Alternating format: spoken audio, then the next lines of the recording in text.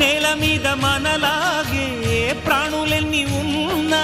పిలిచేందుకు పలికేందుకు చుట్టరికాలతో చుట్టుకునేందుకు ఎన్నెన్నో అందమైన వరసలు మనవేలే కన్నా నోరార పిలిచిన పలకని వాడిన మనసున మమతలున్న మనిషిని కానా